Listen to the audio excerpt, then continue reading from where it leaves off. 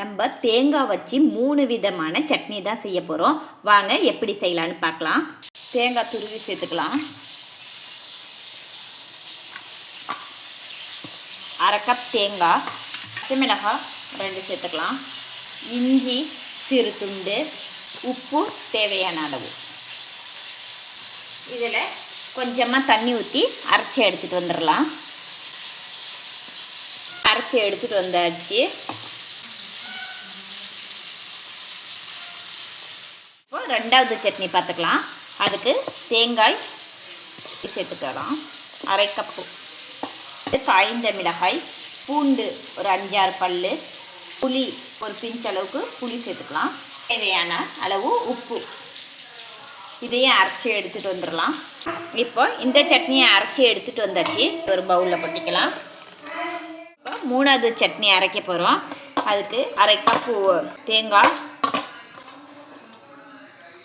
தக்காளி வறுத்தது, ஒரு தக்காளியை இதில் எண்ணெயில் வதக்கி சேர்த்துக்கலாம், பச்சை மிளகாய் 1 சேர்த்துக்கலாம், வெங்காயம் சின்னது 2, உப்பு தேவையான அளவு சேர்த்துக்கலாம்.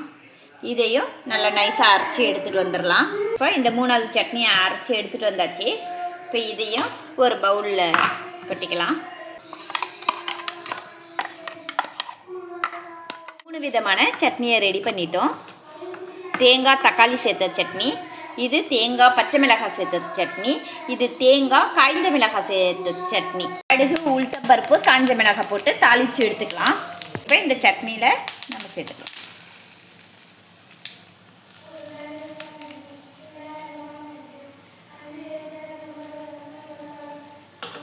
இப்போ 3 விதமான சட்னி ரெடி. சுட சுட இட்லி, சூடான தோசை.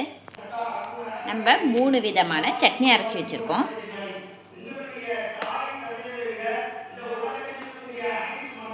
தேங்காய் சிகப்பு மிளகாய் சட்னி, இது தேங்காய் பச்சை மிளகாய் சட்னி, இப்போ தேங்காய் கூட தக்காளி சேர்த்து வச்ச சட்னி. இப்போ நம்ம டேஸ்ட் பண்ணி பார்க்கலாமா?